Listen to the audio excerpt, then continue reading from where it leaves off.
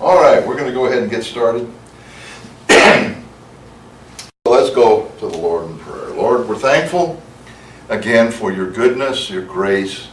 We're thankful, Lord, that you see us through every situation. And tonight, Lord, as we open your word again, I pray you will anoint your word, anoint my lips to speak those things that you would have. Anoint our hearts to receive. We're going to thank you for that in Jesus' name. Amen. Amen. All right, this is the last week of the fifth or sixth period in the life of Jesus. Next is our period 7, which is the last, basically the last week of his life. We start that next week. So tonight, I think this is kind of interesting here. One thing I want to just point out, we've heard these stories that we're going to go over tonight, but you know, putting them in chronological order, all of a sudden these are things that happened just as Jesus was going into the last week of his life. So there are things in these events that happen that we're going to talk about tonight that I think really tell us a little more about what Jesus was doing, thinking, and what he thought was important to know just before he goes away. So we're going to start in Matthew chapter 20, beginning with verse 29. And this is the restoring of sight to blind Bartimaeus. Now, Matthew, this way. Now as they went out of Jericho, a great multitude followed him. And behold, 2 blind men sitting by the way, when they heard that Jesus was passing, cried out, saying, "Have mercy on us, O Lord, Son of David." Then the multitude warned them that they should be quiet. But they cried out all the more, saying, "Have mercy on us, O Lord, Son of David." So Jesus stood still and called them and said, "What do you want me to do for you?" They said to him, "Lord, that our eyes may be opened." So Jesus had compassion and touched their eyes, and immediately their eyes received sight. They followed him. Mark chapter 10, verse 46 to 52 says this, "Now as they came to Jericho, as he went out of Jericho with his disciples and a great multitude, blind Bartimaeus, the son of Timaeus, sat by the road begging. And when he heard that it was Jesus of Nazareth, he began to cry out and say, 'Jesus, Son of David, have mercy on me.' Then many warned him to be quiet, but he cried out all the more, 'Son of David, have mercy on me.' So Jesus stood still and commanded him to be called. When they called the blind man, saying to him, 'Be of good cheer, rise, he is calling you.' And throwing aside his garment, he rose and came to Jesus. So Jesus answered and said to him, 'What do you want me to do for you?' The blind man said to him, 'Rabboni, that I may receive my sight.' Then Jesus said to him, 'Go your way, your faith has made you well.' And immediately he received his sight and followed Jesus on the road." Now, Luke chapter 18, beginning with verse 35, puts it this way. "Then it happened, as he was coming near Jericho, that a certain man sat by the road begging. And hearing a multitude passing by, he asked what it meant. So they told him that Jesus of Nazareth was passing by, and he cried out, saying, 'Jesus, Son of David, have mercy on me.' Then those who went before warned him that he should be quiet. But he cried out all the more, 'Son of David, have mercy on me.' So Jesus stood still and commanded him to be brought to him.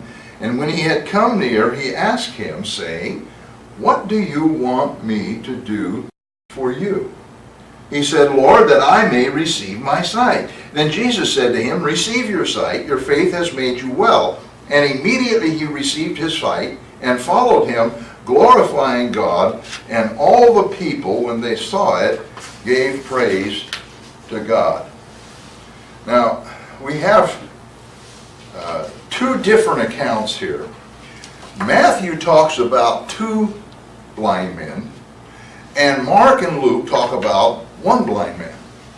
So is Matthew wrong, or are the other two wrong?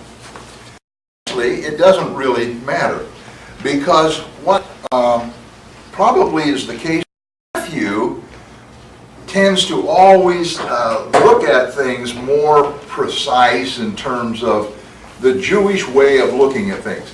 Two men. He doesn't name them. They're just two men, two Jewish men. Mark, he's the only one that actually names who it is. But Mark was a Gentile. And of course, again, looking at it from a Gentile point of view, what was important was who was the man, one of the men.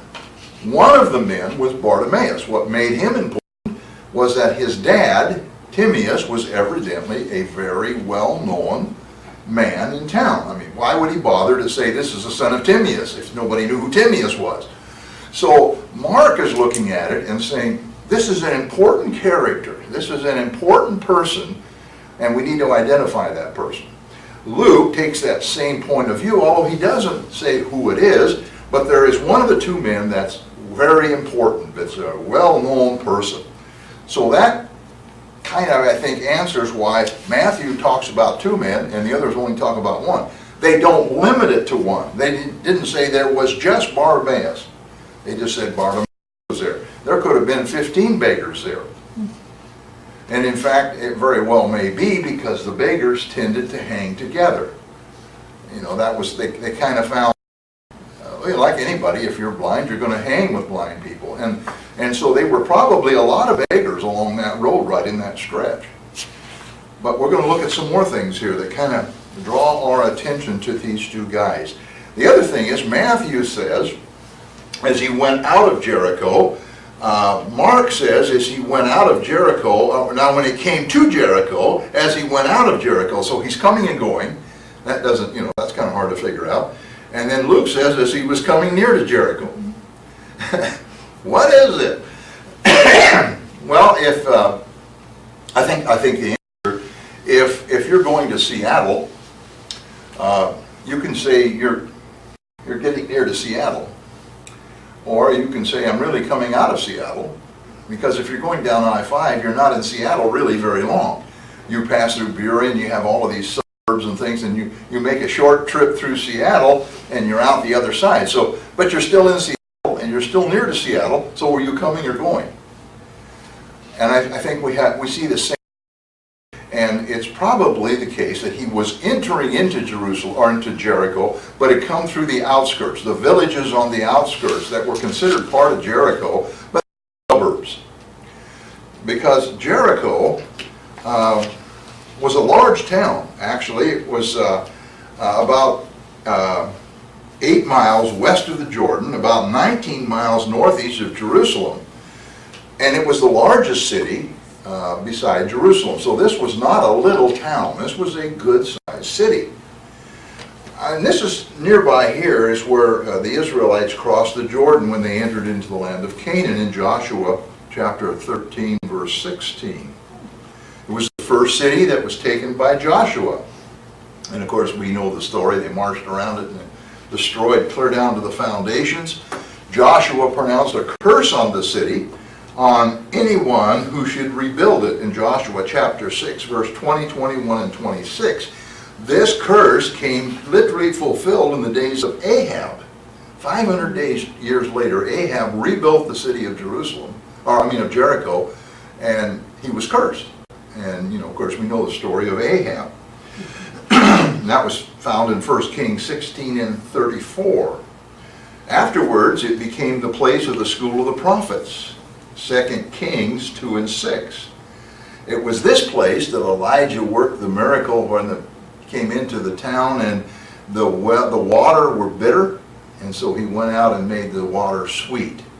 This was around Jericho, and that was 2 Kings 2 and 21.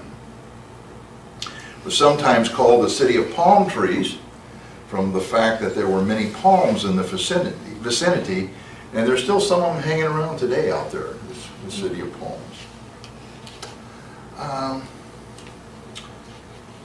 All right. Now let's take a look at these beggars. That's how they made their living. They made their living by crying out for alms. Now, alms was the charitable donations that people gave. They could give whatever they wanted, but they were considered alms, charitable donations, any amount. There was no set amount for an alm. You might give them 10 talents, you might give them whatever you felt. But it became alms. And the Jewish law specifically said that you were supposed to support these kind of people, these beggars that were, mentally or physically limited, or widows or orphans or whatever. You were supposed to support them, and the alm is how you were supposed to do it. In other words, donations, whatever amount. So they were sitting out by the road, and you can kind of see, dusty, hot day, and here are these beggars sitting out there begging. And they hear all this noise. Now these guys were probably there every day by the road. That's how they had to eke out a living. And so they were there every day. And suddenly there's something different. There's a change. All of a sudden there's this multitude of people, a lot of noise, and of course they don't know what's going on. I mean, all this noise is coming on. And so they inquired, they said, what's all this noise about? Who's going by? Why are we having this turmoil? What's going on? And there may have even been a little bit of fear. I mean, you're blind, you can't see what's going on. You hear this multitude coming, you don't know, are we being invaded, Is this a riot? Do I need to go hide under a rock? What do I need to do? And they came by and they said, Jesus of Nazareth is coming. He's going to pass by. And I like what it says here. When they heard that Jesus was passing by, they cried out. Mark says, and when they heard that it was Jesus of Nazareth, they began to cry out. Luke says the same thing. When they heard it was Jesus, their immediate response was to cry out. If you want to get the Lord's attention, number one, you need to cry out. The first thing we learn here is that if you want to receive anything from Him, it requires that you do something.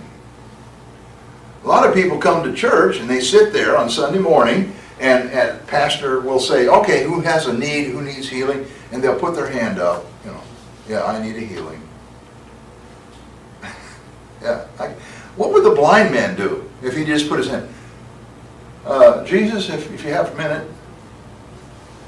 That's kind of the way we approach it, really. If you have a minute, can you come over here a second? No. We have to get passionate about what we want if we want God to intervene. That's why Paul said the effectual, passionate, effectual, fervent prayer. Passionate. You want something. It's effectual, it's fervent when you have passion behind it. When you're not afraid to say, yeah, I gotta have something. And so the first thing we see here is they were passionate. They cried out. Now notice what they cried. They said, have mercy on us. It wasn't, you owe us. It wasn't that says, hey, you created us blind, you made us blind, now you come take care of this problem. And that's another way that we oftentimes approach God. And I think that's sometimes the fault of us preachers, because we talk about faith, we talk about how God has bought this for you, it's yours, just have to reach out. And we sometimes get the point that it's ours, okay, give it to me, it's mine, give it to me. And that's sort of true. But it's not in that sense that God owes us that. He has made it available. He has paid for healing. It's like salvation. He's not obligated to save anybody. You have to go and you have to ask for it. You have to make changes. You've got to do things and you get salvation. Same thing with healing. Why should healing be any different than salvation? So, what they say? Have mercy on us. We don't deserve it. but just have mercy on us. It's kind of like the Gentile who said, but Master, even the crumbs from the table the dogs are able to eat. I'm not asking you because you owe it. I just asking to throw some crumbs on the floor so I can get them. Mercy. But this next part is very important. O Lord, Son of David. Now, I don't think these men were Bible scholars. Might have been. Maybe Bartimaeus lost his sight at some point, and maybe he would have been a Bible scholar or a Torah scholar. But I doubt it. But there was something he recognized in Jesus of Nazareth, not because he saw it, but because he heard it. And he had heard it secondhand. We don't see where he was ever in any of the teachings of Jesus. Otherwise, he'd have been crying out earlier. But he understood that Jesus was the Son of David. Now, we look at that, well, he's the son of David. Yeah, he's in the lineage of David. No, he wasn't talking about genealogy.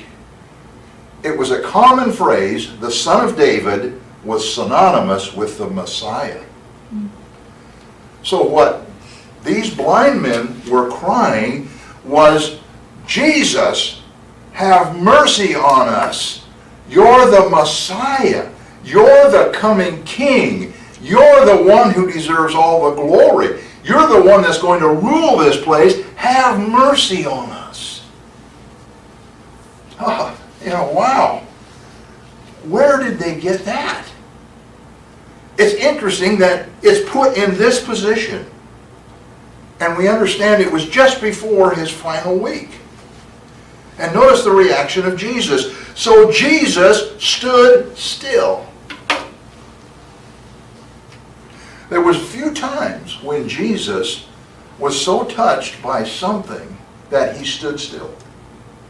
It was the woman with the issue of blood that crawled through the crowd and just touched the hem of his garment, and he stopped and said, "Who touched me?" Here he's got a multitude of people, hundreds of people in the streets. I mean, I can see this, everything's full, and he's walking along and teaching, and the word's being passed along to everybody so they can understand what he's saying. And all of a sudden there's these two blind men.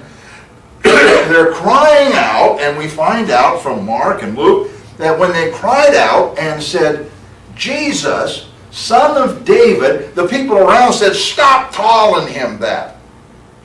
I've heard preachers say, well, they didn't want to bother Jesus. I don't think people were probably constantly hollering at him. There may have been beggars all over saying, "Hey, Jesus, I need to be healed. Come over here and heal me. Hey, Jesus." But what was different here? They were saying something that was not popular among the multitude. We've talked before how we had the people that just came along to see the miracles. They wanted to hear the stories. They wanted to see the miracles. They wanted to just enjoy life. And here they were, and all of a sudden, these two beggar men start making some theological statements. "You guys shut up. You don't even know what you're talking about. Just quiet down. Don't bother him. You're nuts." You can hear him. But Jesus, of course, he wasn't Superman. He had better hearing even than Superman had. He has had, anyway. He heard the words, and he stood still. Stop right there. And what did he do? He called them. Matthew, it says he called and said, "What do you want me to do for you?" Mark says Jesus stood still and commanded them to be called. Now I want you to notice something here in this one.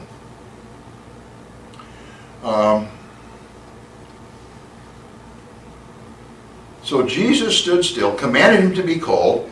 Then they called the blind man, saying to him, "Be of good cheer. Rise, he is calling you." When Jesus calls, we should be of good cheer. Now, you know, the Old Testament prophet, if he called somebody, you weren't always of good cheer. You didn't know if you were being called to have your head cut off or if you were being called to receive some kind of a blessing. Because the Old Testament prophets, they pronounced judgment. That was part of their job. But when Jesus calls, it's never to pronounce judgment. And he called them. And the crowd recognized it. It's kind of funny. They wanted to shut him up first, and then when Jesus calls them, oh, well, maybe it's important that, you know, be of good cheer. He heals everybody that comes up to him. It wasn't a theological statement. It was a statement that says, hey, we're going to see another miracle. Hey, you're going to see a miracle because everybody who comes to him gets healed. Be of good cheer. Rise. You mean I can't just sit here? Don't you understand, Jesus? I'm blind. It's hard for me to get there. It's difficult for me to get up and go anywhere. I can't see where I'm going. How many people today, they want Jesus to do something for them as long as he goes home and finds them on their couch watching their favorite TV program because they, you know, well, you don't understand, it's hard for me. I'm different. They said, rise. Why? He is calling you. And I like this next thought, in verse 50. And throwing aside his garment, he rose and came to Jesus. Now that may not, you know, out from underneath of his coat and took off. The garment was a heavy garment. We've talked about it before. It was the outer garment that they wore, and at night when it was cold, they could wrap up in it, and if it was raining, it would keep the rain off. It was their protection that they were under. And when they took and threw that off, the only reason they did that usually was so they could hurry. This blind man, he didn't just get up with all of his stuff and say, okay, I got to get all my stuff, I'm going to go over and see Jesus, and kind of shuffle along. He threw off that outer garment. He threw off that thing that would slow him down from getting to Jesus. And if we want something from Jesus, we have to be willing to throw off those things that slow us down. Some people cannot throw off the stuff that slows them down. Paul put it another way when he said, you know, you got to cast off the sins and the weights that so easily beset us, the things that weigh us down. And then he said, and run. Run. Blind Bartimaeus understood that, and he's just a poor old beggar. He got off, threw off that old outer garment of his, and I can see him trying to hurry and find his way. Maybe somebody grabbed him by the arm and said, here, let me get you up there before you kill yourself. You know, and they got him up to Jesus. And of course, there's probably two of them. I can see both of them trying to find their way there. When he gets up to Jesus, Jesus, I mean, here's a blind man. He's already said, have mercy on us, you know. So he gets up there, and Jesus looks at him and said, okay, what do you want me to do for you? I mean, they brought lepers, they brought lame men, they brought all kinds of things. Jesus didn't bother to say, what do you want me to do for you? He just healed them, right? Well, why didn't he just heal these guys? Because they didn't ask to be healed. They asked for mercy. And when you ask mercy from the Messiah, maybe they were coming up there and saying, when you come into your kingdom, make me this. Or, when you come into your kingdom, make me whole. When you come into your kingdom, make me something else. They recognized him as the Messiah, but they did not limit his power to his coming place as Messiah.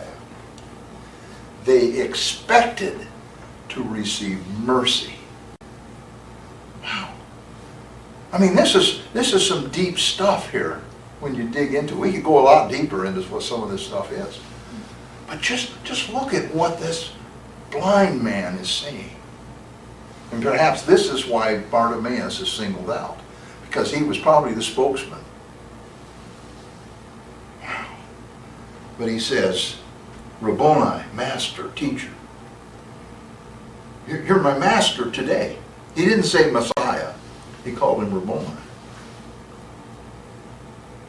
That I may receive.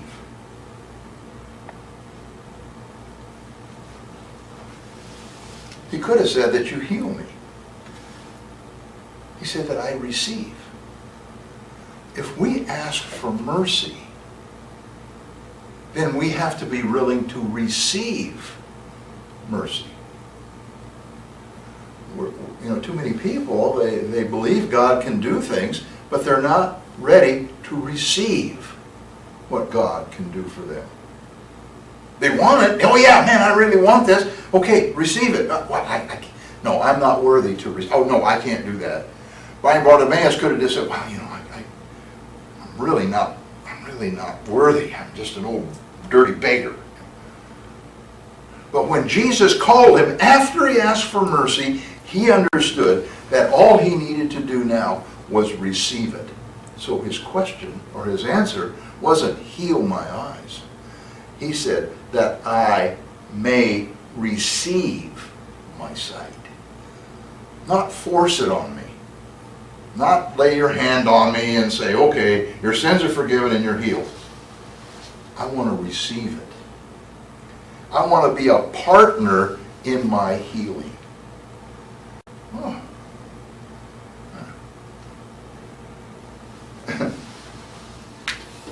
And notice Jesus doesn't say he touched him, doesn't say he prayed, doesn't say he did anything other than go your way, your faith has made you well.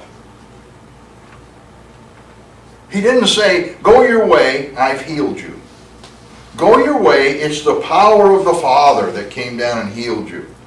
He didn't make some big theological statement about how, he merely said, your faith has made you whole. In other words, the price has already there. Healing is already there. Now we know he hadn't died on the cross yet. That's okay. He said to the man, the thief on the cross with him, he said, because of your faith today, you're going to be with me in paradise. The faith wasn't in what had happened. The faith is in what was going to happen. Our faith is not based on what we see. That's what Paul said. Faith is not based on what you know and what you've seen. It's what you cannot see. It's what's happening or what will happen. Faith is really, when you break it down, is our hope. Faith is what we're looking for. Faith really makes up the idea that heaven is out there, that's coming. We can't see it. We don't know what it is exactly, but it's there. He said it. I believe it. I'm walking. My faith says that's where I'm going. To the blind man, their faith was in the Messiah. He's coming to set up a kingdom. They didn't know anything about heaven. They had no concepts of mansions and all the stuff that we know about today. But he knew something about the Messiah. The Messiah was coming. Here's the Messiah. And I can get mercy from the Messiah because the Old Testament prophet said he's coming with mercy in his wings, the Messiah. I can get mercy. I can get healing because the prophet said he's coming with healing in his wings. I can get healing. And so by his statement of faith, number one, I recognize you as the Messiah. I recognize you not only as the coming Messiah, but as my Rabboni, my master. And so now, I want mercy from you, and I want to receive my sight because I believe. I put my trust in you. And because of that, he was healed. Not because Jesus said, you're healed. He just said, go your way. Go your way. Because your faith has made you well. Notice what happened? immediately. It wasn't something that happened a week later. I do believe that healing sometimes takes time. I'm not one that says if you're not healed immediately, you don't have faith. I understand that. But we should have more immediate healings. We should be able to have people come up who need immediate healing and have them immediately healed. We've seen it. I've seen it several times. I've had people healed when I prayed for them. I had a young man had a broken foot, had the x-rays, he broke his foot, came to church, it was on a weekend, he broke his foot, came to church on Sunday, they hadn't even put it in the cast yet. Came up, prayed for him, took off his they had a wrap on it, didn't have any pain, went back the next year, doctor couldn't figure it out on Monday morning. He came to have the cast put on, there was nothing broken. But there were the x-rays, before and after. Can't argue with it. You know, we should have those kinds of things. And sometimes as preachers, you know, we wonder what's wrong with us. Why don't we have these things? You know, what are we doing wrong? Maybe if we spend 8 hours a day in prayer and fasting, maybe we'd have these things, and that could well be. I'm not, you know. But I think too often it's because the people don't really have faith. They don't really understand who Jesus is, the power that he has, and they can't connect that to their current life and be able to say, okay, hey, you have it, it's paid for, it's mine, I just need to receive it. The apostles at one time, or the disciples asked Jesus, he said, pray for our faith. Pray for our faith. For our unbelief. Pray for our unbelief. That's saying pray for our faith. We've got to be able to put trust in you. And that's what we need to. Lord, that I might receive my sight. All right. Luke records that Bartimaeus not only followed Jesus, but he glorified God, and those that saw the miracle gave praise to God. There was miracles all along, that we've been looking at miracles all the time. But how often did the crowd actually praise God? Very seldom. Most of the time they questioned him. By whose authority are you doing this? This time there was no problem with authority because Bartimaeus had already supplied all the information that his faith was built on. All right. Let's look now onto the next, our next event was the conversion of Zacchaeus. This is found in Luke chapter 19, verses 1 to 10. Then Jesus entered and passed through Jericho. Now we had him in the vicinity of Jericho, coming or going around the outskirts of Jericho, basically. So now he entered Jericho and he passed through town, through the city. Now behold, there was a man named Zacchaeus. Now that's not the way you really pronounce it, but that's the one we're, I think, probably more familiar with, Zacchaeus, who was a chief tax collector, and he was rich. And he sought to see who Jesus was, but could not because of the crowd, for he was of short stature.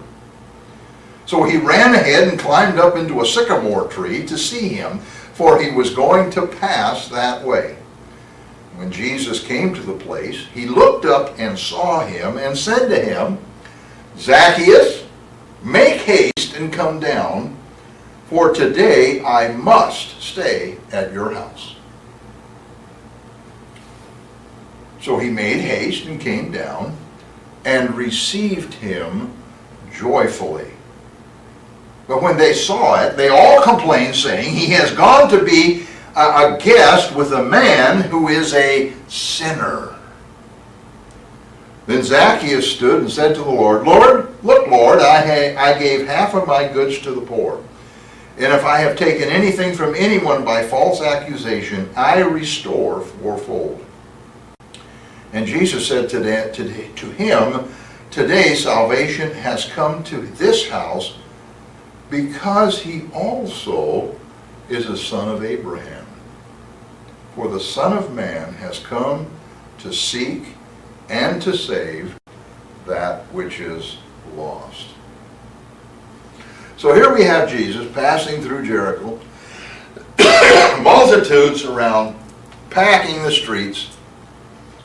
He's walking along, and here comes Zacchaeus. Now, I don't know how big Zacchaeus was. I don't know if he was a dwarf, midget, or if he was just little. I don't know. But he couldn't see through the crowd.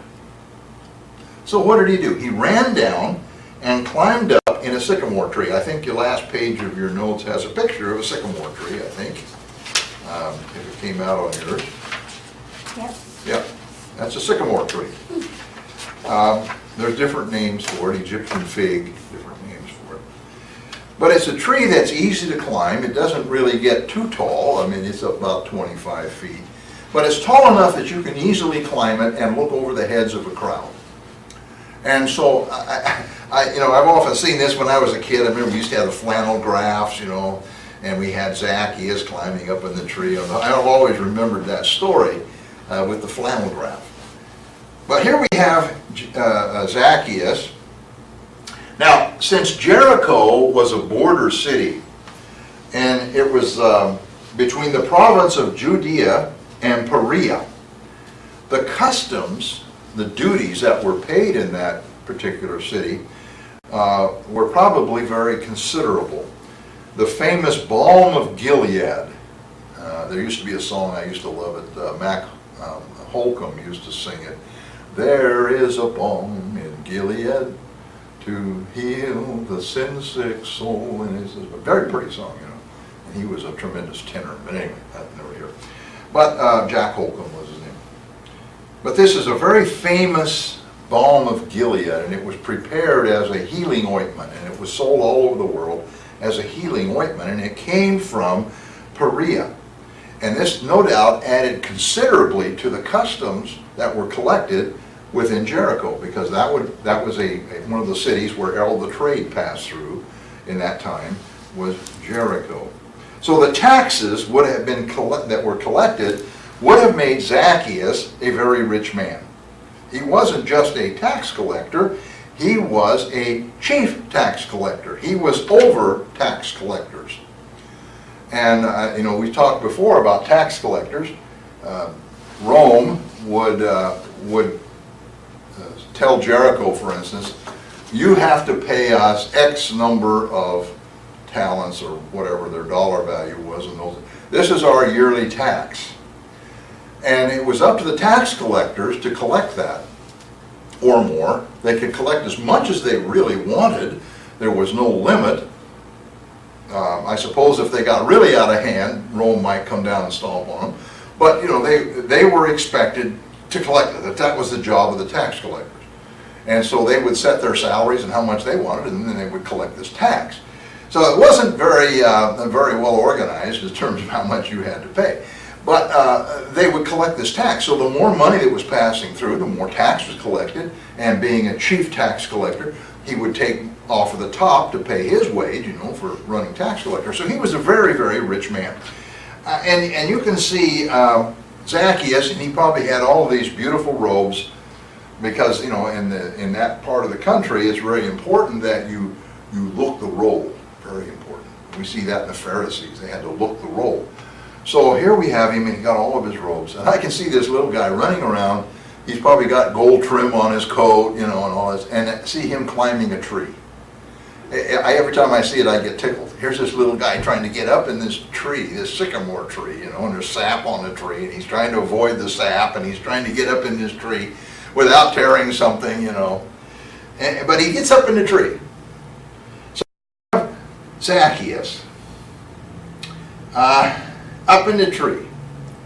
Now, there is no indication that in any way did Zacchaeus try to make contact with Jesus. We didn't see him sitting up in the tree waving. We don't see him sitting up there hollering at Jesus. We just had Bartimaeus hollering. But Zacchaeus, he just wanted to see Jesus. There was something about Zacchaeus that said, I want to see Jesus. Crowds pushed him all over the place. Crowds were with him all the time. But there was something about the desire in Zacchaeus' heart that arrested the attention of Jesus. So he's coming along down the road, and this tree is there. And what happened? All of a sudden, Jesus stops. Whenever Jesus stopped, there was something going on.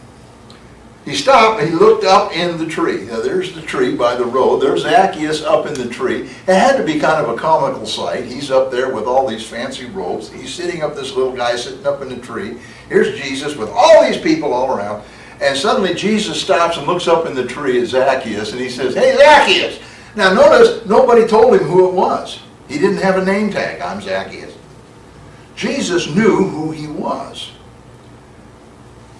He had a divine appointment with Jesus, and he didn't even know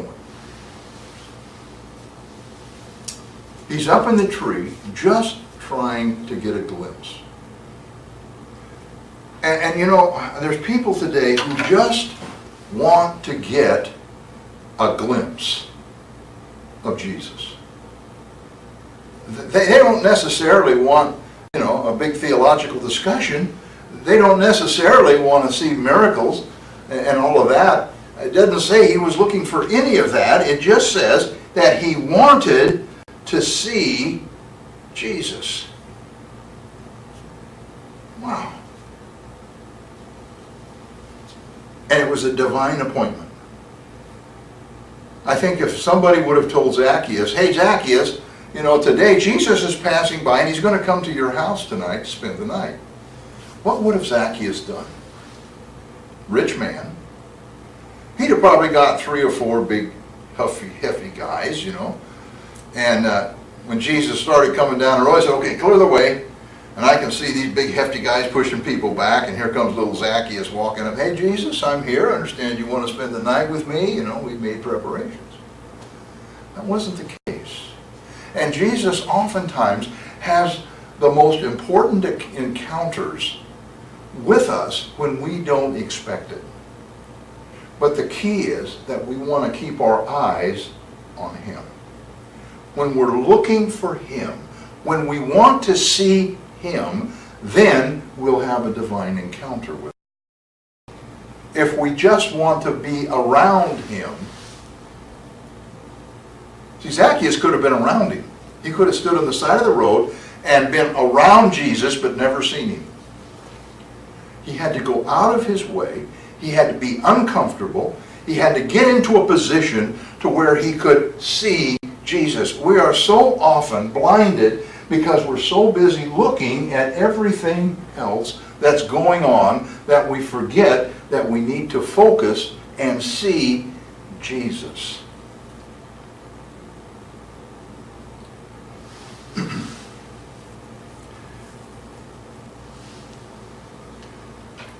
So Jesus stopped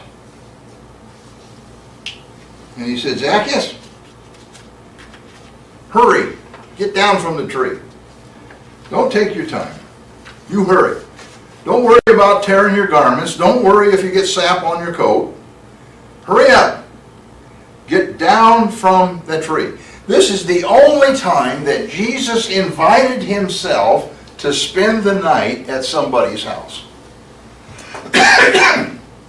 And it happened to be Zacchaeus, who was a sinner. Now this was the 3rd time and last time that he dined with a publican. 3rd and last time. Now he dined 3 times with Pharisees, and he dined 3 times with publicans. Okay, that's nice. Why? What's important about that? In the social order, the publicans were at the bottom. Everybody hated the publicans. They were the lowest of the low on the social ladder within the Jewish community. At the top was the Pharisee. They were the tops. Jesus spent as much time with the publicans as he did with the Pharisees. And I can't help thinking, and you got to kind of think to get this one, but Jesus in the book of Revelation says, "I am the Alpha and I am the Omega." I am the start, the lowest letter, and I am the omega, the highest letter. And of course, in terms of time, the beginning and the end. This whole concept is constantly put through by Jesus. He said, if you want to be the greatest, you have to be the least. If you're not the least, you'll never be the greatest.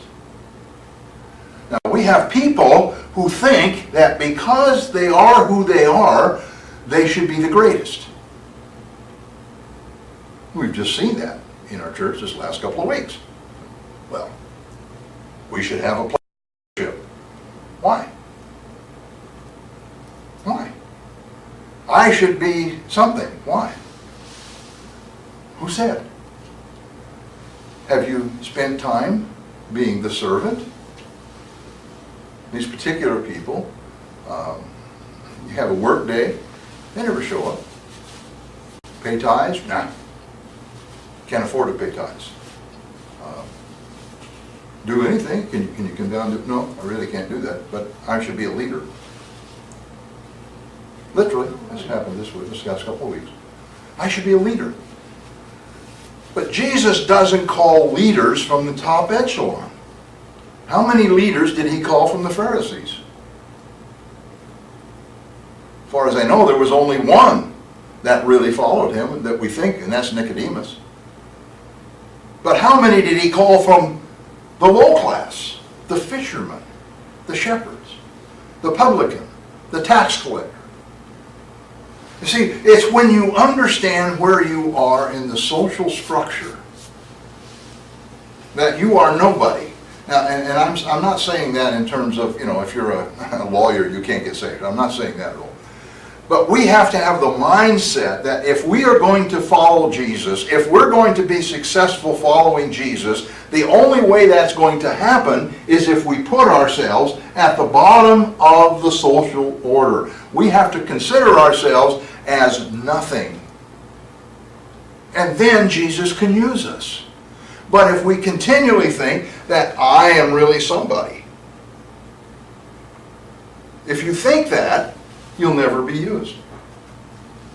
Now, I'm going to use personal reference, but people have said, well, how come you come down here and spend time painting walls, and how come you come down here and they see me, I'm all covered in dust, I've been putting wallboard up and I'm sanding and I'm all covered and I'm dirty, I got old clothes on. Why do you do that? I mean, you're on the pastoral side. I mean, you've got this advanced degrees and you teach at a university and you're really somebody, and all that. I said, no, I'm not somebody. Out there I might be considered somebody, but when it comes to God, I'm not. I am just a servant, and what has to be done, I do. If I don't do that, who's going to do it? I can do it, I do it. It doesn't matter. I'm not sitting down here saying, well, I wish somebody else would do this. I'm really too good to do this. I enjoy it because it's working for God. But other people, if they're not doing something they think they should be doing, they're not happy. And they're the ones you can tell, how you doing today? I'm doing all right. Everything's fine. Living for God, yes sir, glory to God, everything's fine. But it's not fine. They're the ones that, think they've been called into some special ministry. Pastor and I were talking today about, this people that are this way, I'm called to be a this, or I've got this ministry, or this gift, or that there. And I made a real astute observation, I guess. But I said, if you have the gift of something, if you have the gift of healing, then I expect to see people healed. Don't tell me you have the gift of healing if you're praying for somebody and nobody ever gets healed. Don't tell me you have the gift of prophecy if you never prophesy. Or if you prophesy and it doesn't come to pass. Don't tell me you got the gift of preaching if you can't stand up in front of a congregation and preach. You don't have that gift. I'm sorry. But some people don't get it. They're just like the person who walks into the symphony orchestra with a brand new Stradivarius violin, sits down in the first chair, and has never had a violin lesson in their entire life. But I'm a violin player because I have a violin. You understand the concepts here. And this is what we see with Zacchaeus. It wasn't who he was. It wasn't how important he was. He had a desire to see Jesus. Now notice this. So Jesus called up and he said, Zacchaeus, I'm going to your house today. I'm going to spend the night with you. We're going to have dinner and we're going to converse. Now, we don't know. The way this reads, it sounds like that right after he said this, Zacchaeus said, well, okay, I've given everything away. It could be either way. Maybe Zacchaeus did give everything away ahead of time. But I would think rather than that, Jesus went to his house and probably taught him in the house.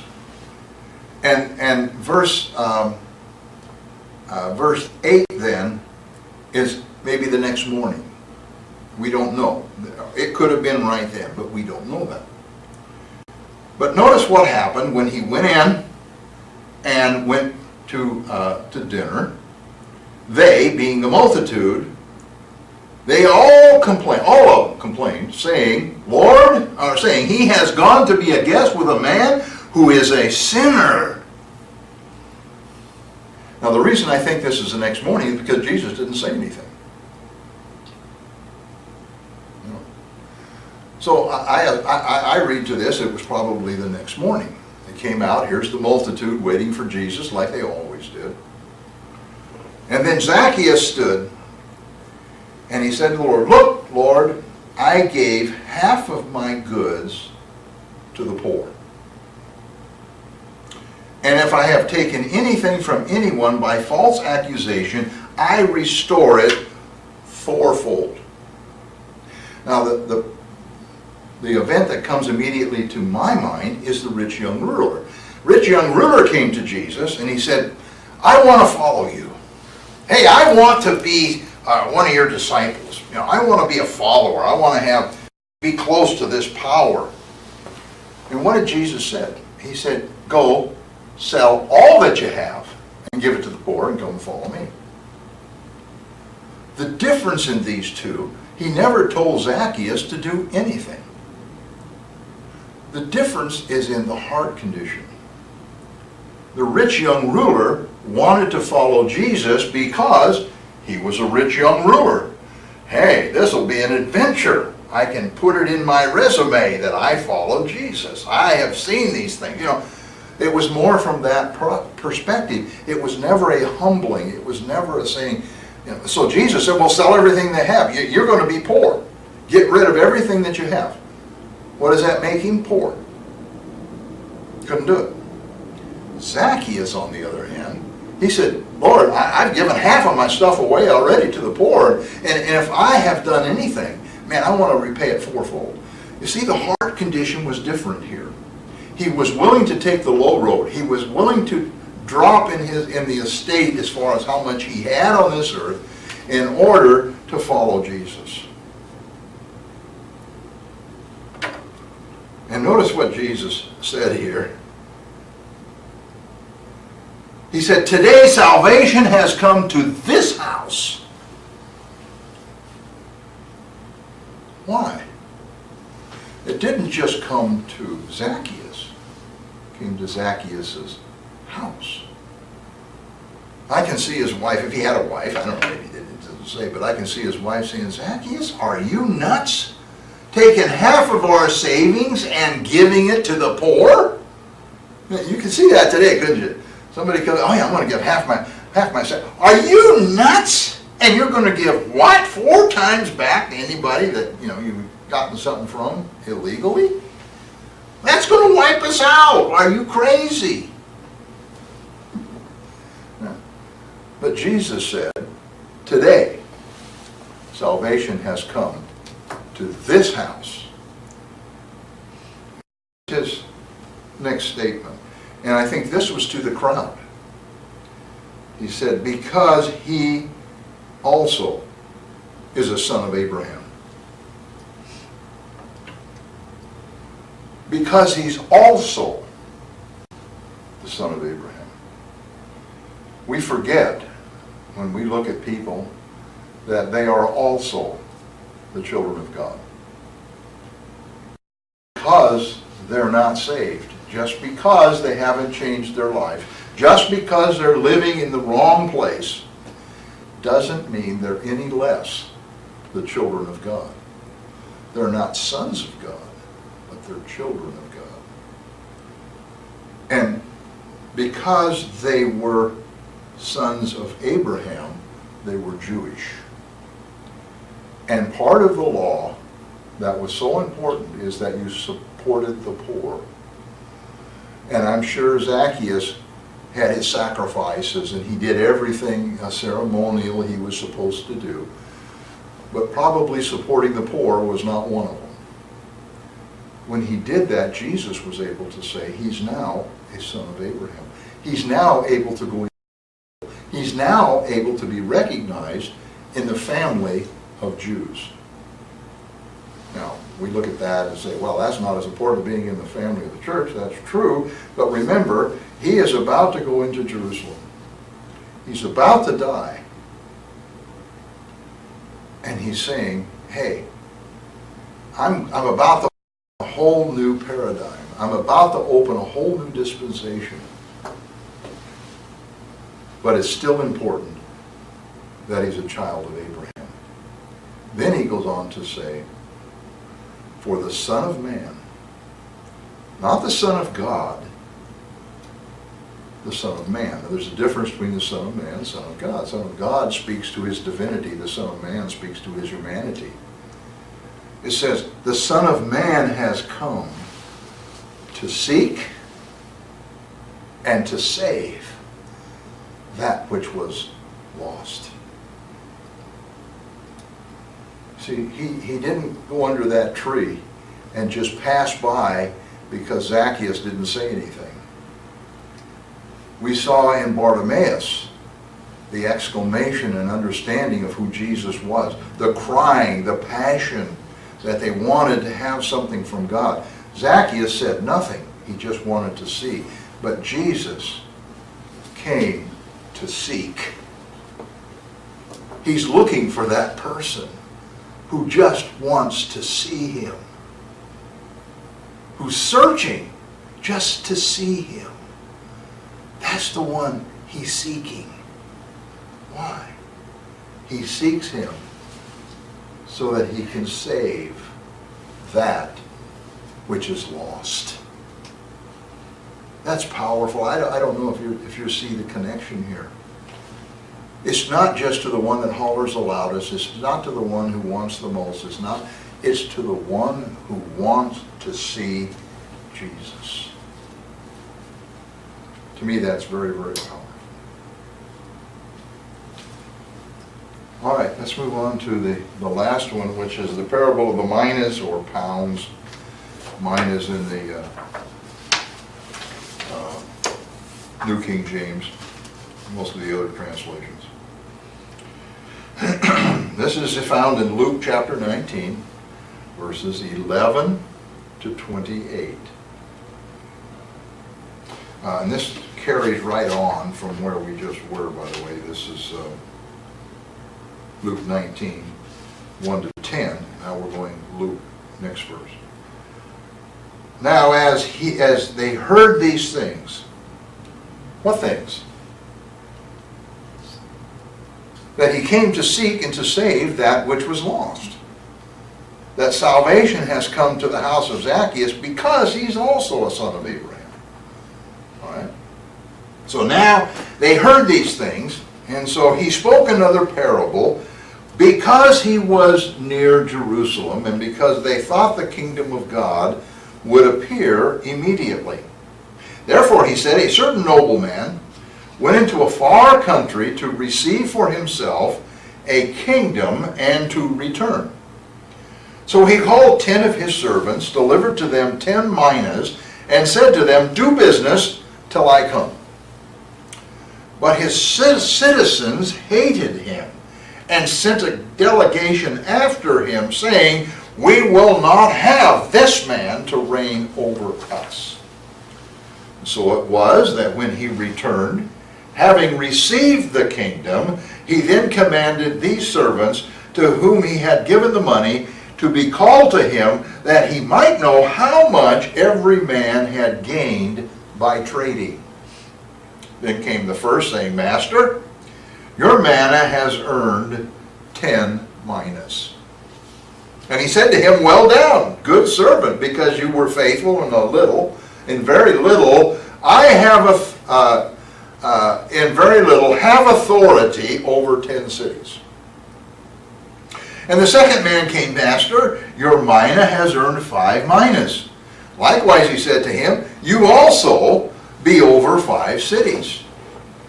Then another came, saying, Master, here is your mina, which I have kept put away in a handkerchief. For I feared you, because you are an austere man. You collect what you did not deposit, and reap what you did not sow. And he said to him, Out of your own mouth I will judge you, you wicked servant. You knew that I was an austere man, collecting what I did not deposit, and reaping what I did not sow. Then why then did you not put my money in the bank, that at my coming I might have collected it with interest? And he said to those who stood by, Take the mina from him, and give it to him who has 10 minas. But they said to him, Master, he has 10 minas.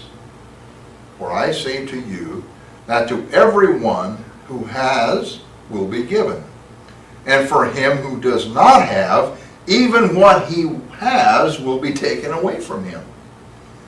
But bring here those enemies of mine, who did not want me to reign over them, and slay them before me. When he had said this, he went on ahead, going up to Jerusalem. Now this is, there's several things about this portion of Scripture that is interesting. I don't want to go into all of them. But let's set the picture. Here's Jesus with the multitude. They're getting close to Jerusalem. They've walked about 20 miles, 20 miles. So they're getting to the end of their journey for the day. And I can see as Jesus is walking along, we had Bartimaeus. And he's saying, this is the Messiah. This is the Son of David. And they've seen what happened when he said those words, how Jesus stopped. They saw how Jesus said, oh, no, he's a son of Abraham. And salvation has come to his house. Who could say that? The Messiah. So here they're walking along, and you can see these people saying, hey, this is the Messiah. He's going to Jerusalem. He's going to set up his kingdom. This is the day. Man, we're only a few miles from Jesus setting up his kingdom. And Jesus is walking along. He's maybe talking, teaching as he's going along, pointing things out. He may stop every once in a while and give a little devotional or a little teaching, as he's walking along. As they stop and rest a minute, he's probably pointing things out and teaching and doing the stuff that he did as he walked along. But he heard all of this. He knew what they were saying. He knew they thought he was going to set up his kingdom when he came into Jerusalem. And of course, the whole purpose of that was to bring deliverance from Rome. That was what they were looking for. Deliverance from Rome. That's what we want.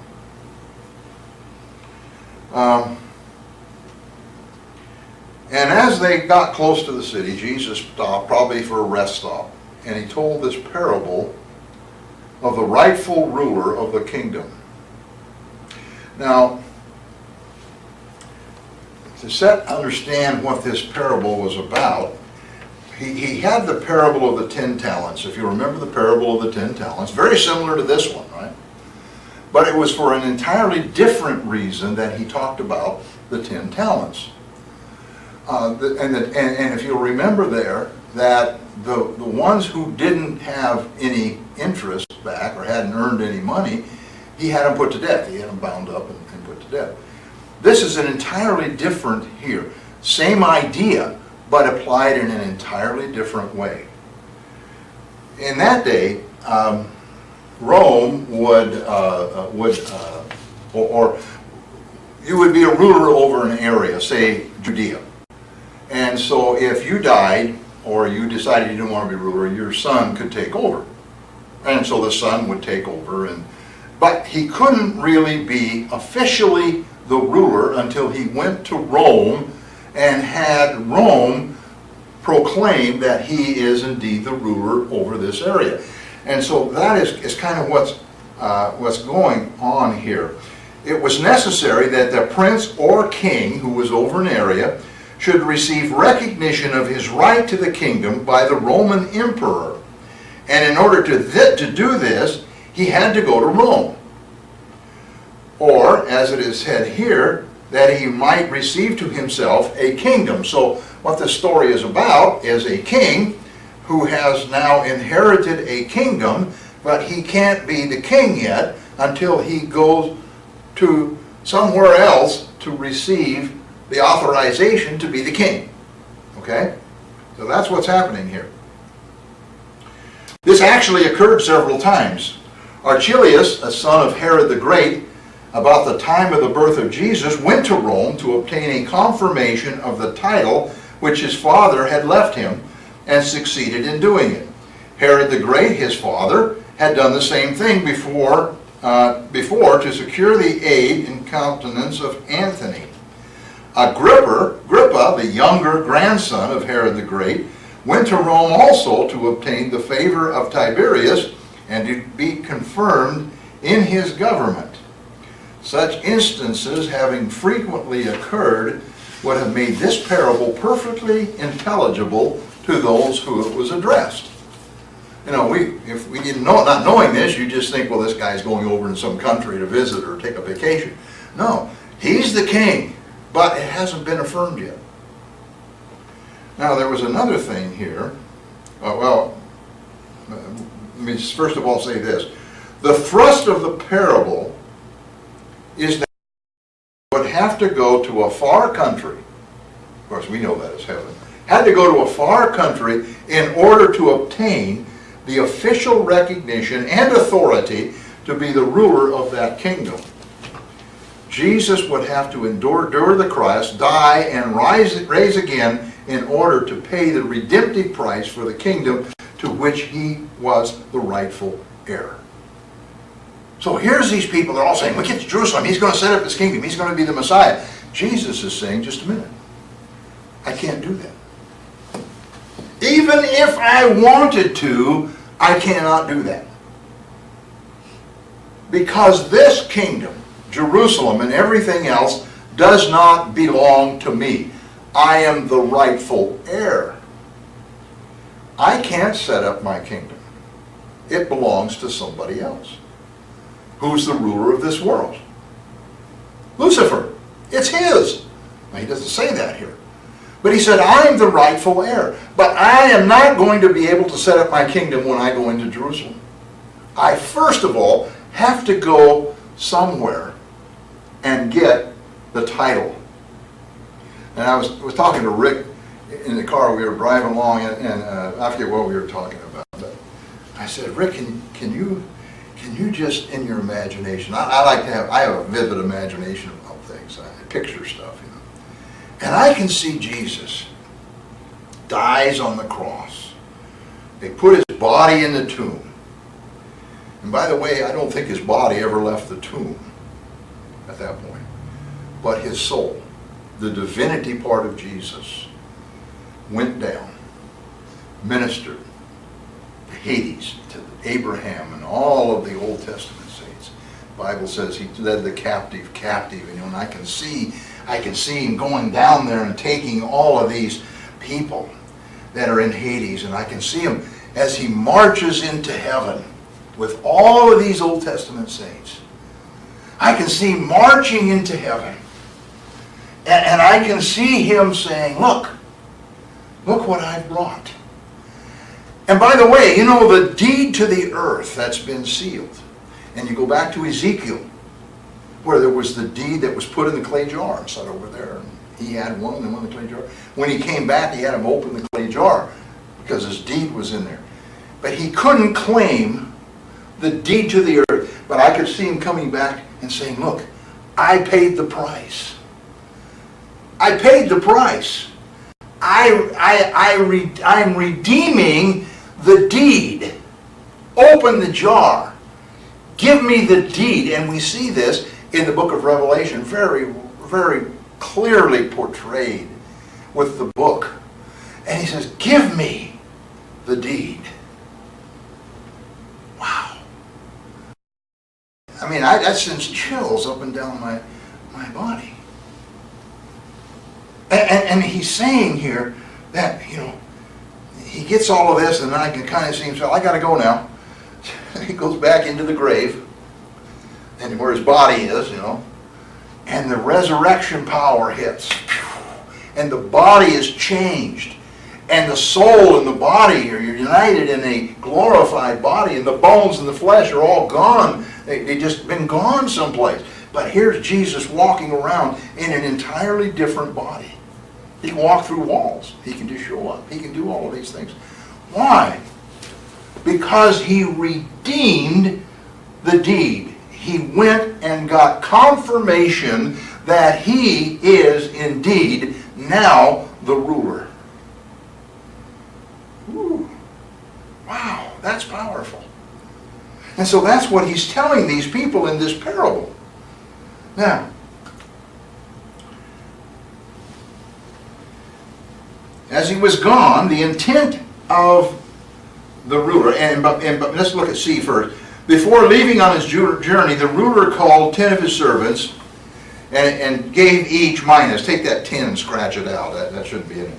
Gave each minas, or pounds, if they're looked at. And by the way, a pound was 100 drachmas. A drachma is a day's wage. So this would be 100 days' wages, each pound or mina. And he said, you're to occupy.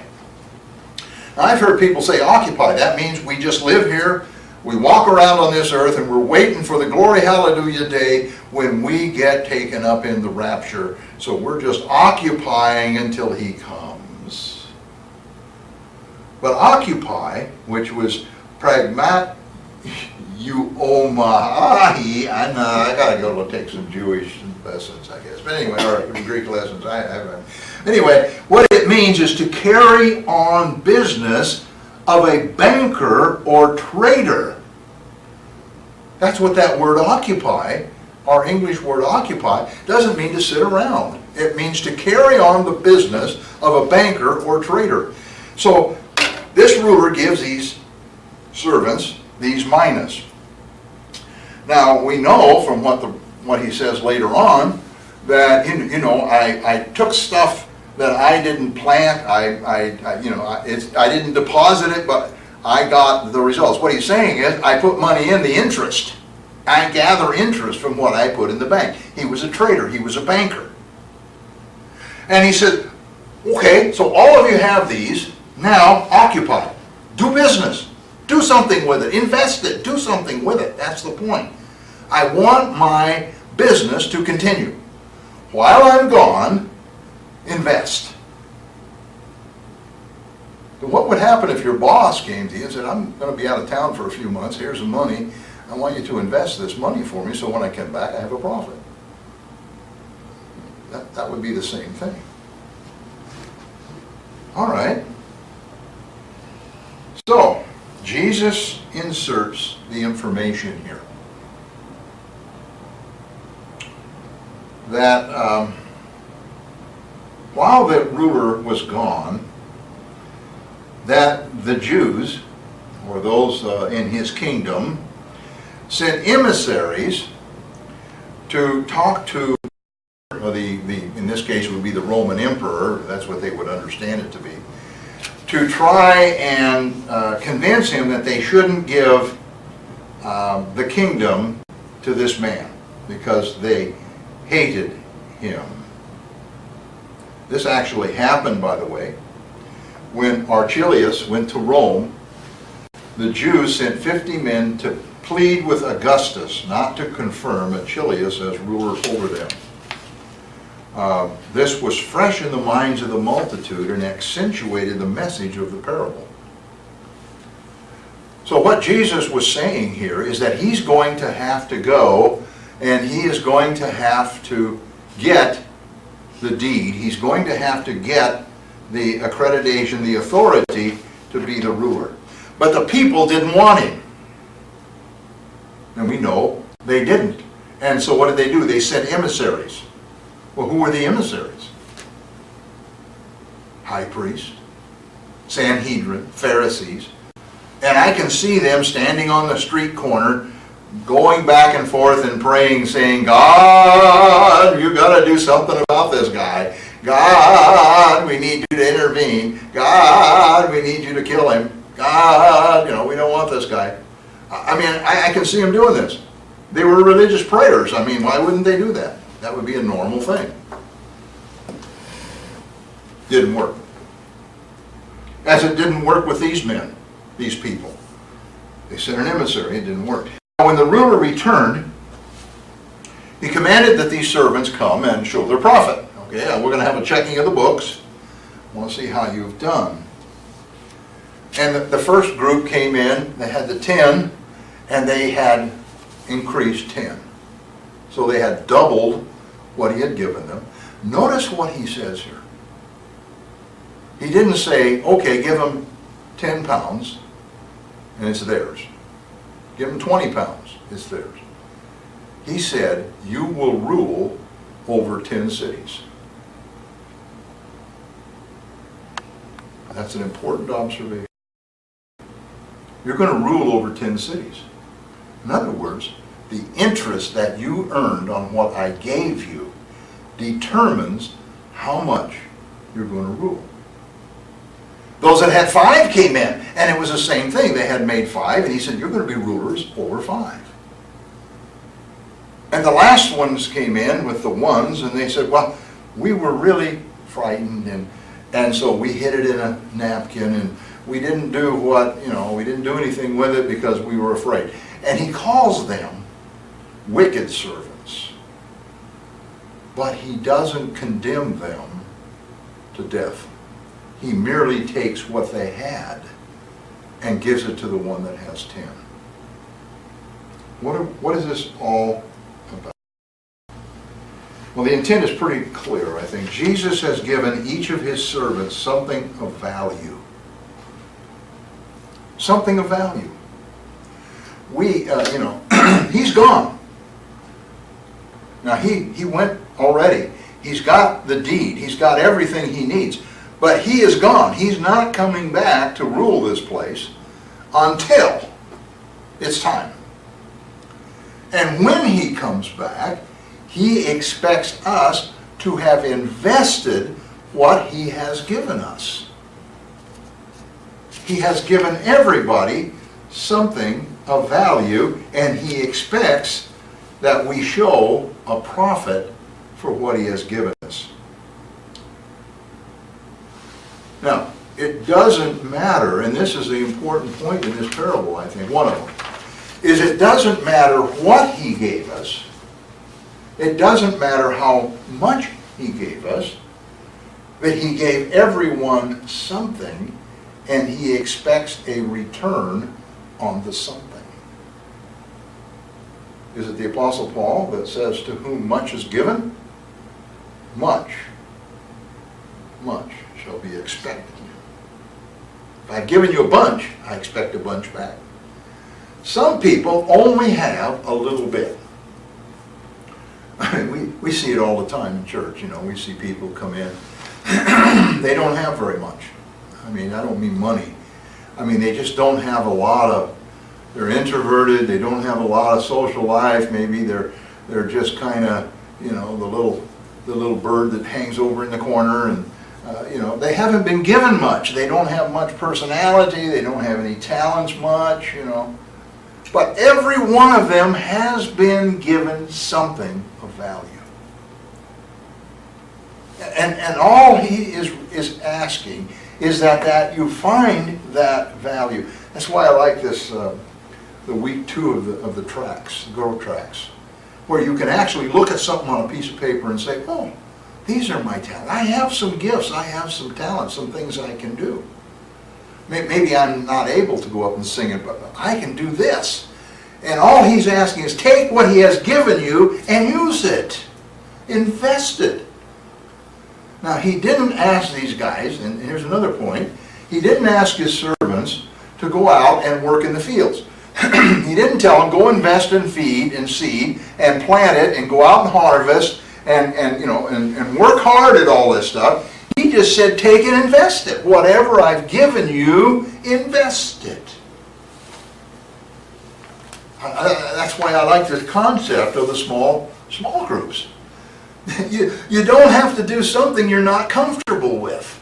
If you're comfortable going out on a shooting range and shooting guns, if that's what you're interested in, that's what you're comfortable in doing, great, I'm going to invest that. I'm going to go out to the shooting range and see who I can get to join me in a small group. I'm going to see who I can invest in to get them saved who like to do what I like to do.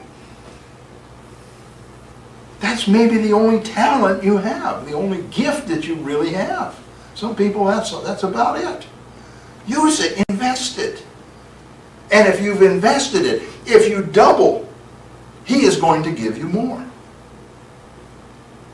And I think this idea of he gave them cities to rule over. Somebody who can take a lot of value, invest it, and double that value, they have to have a lot of ability, talent.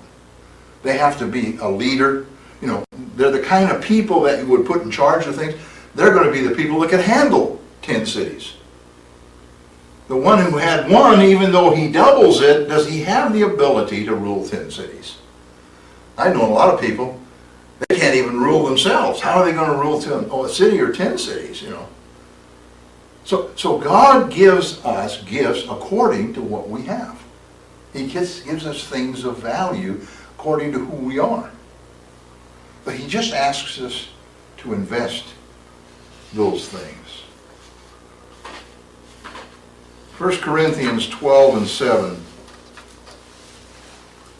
says this, the revelation of the Spirit is given to every man for profit of all. If you have the revelation of the Spirit, which we do, we understand what the Spirit is. We understand how it enables us. We understand the power that we get from the Spirit. If we have that, it's given not for us to hide under a basket. The parable of putting your light under a basket. No, that is given for us for the profit of all. That's why if I see people who stand up and say, well, I have this great gift of something, and I never see them use the gift, I'm sorry. You know, I don't see it. If I don't see it, I question. Why aren't you using your gift? Why aren't you out there doing what you say you can do? So, 1 Peter 4:10, and just as everyone has received the gift, so let him minister the same. If you've got a gift of music, minister with it. If you can sing, minister with it.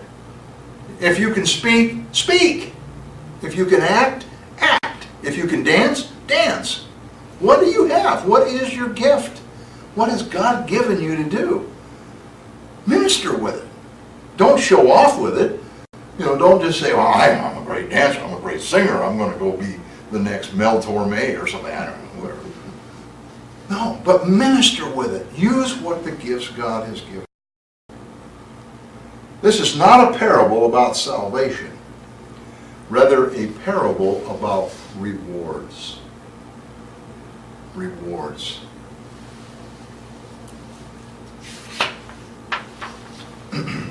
Those that hated the ruler and refused to be ruled by him, their fate was to be put to death when he came. And I think about the words of the Jews to Pilate. And they said, let his blood be on our hands and on our children's hands. They hated him. Well, look what they've gone through. Look what they've gone through. I have it on my computer, and I just sometimes I'll be working and I'll catch. I have it on wallpaper. It's pictures I took in Lafayette, and a lot of them were of the concentration camps and the forest where they buried a huge grave, 5,000 of them in one, 5,000 more over here. They just lined them up, machine gunned them, pushed them in the hole till it was full, put the dirt over the top. I see the places where they lived. I see the photographs of them gathering them up, and I see the photographs of them marching out to the death fields. And, I mean, you see the places they lived, and these pictures are just constantly going through my computer. And you may say, what do you have something like that for? I don't want to forget. I see that, and it touches me, and it pulls me back into reality.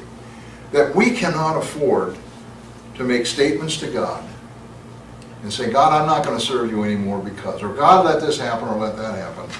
Because he will take us up on that. As he took it up on the Jews. And of course, in that day when he comes, the rest of the world will feel his wrath. Any questions on this?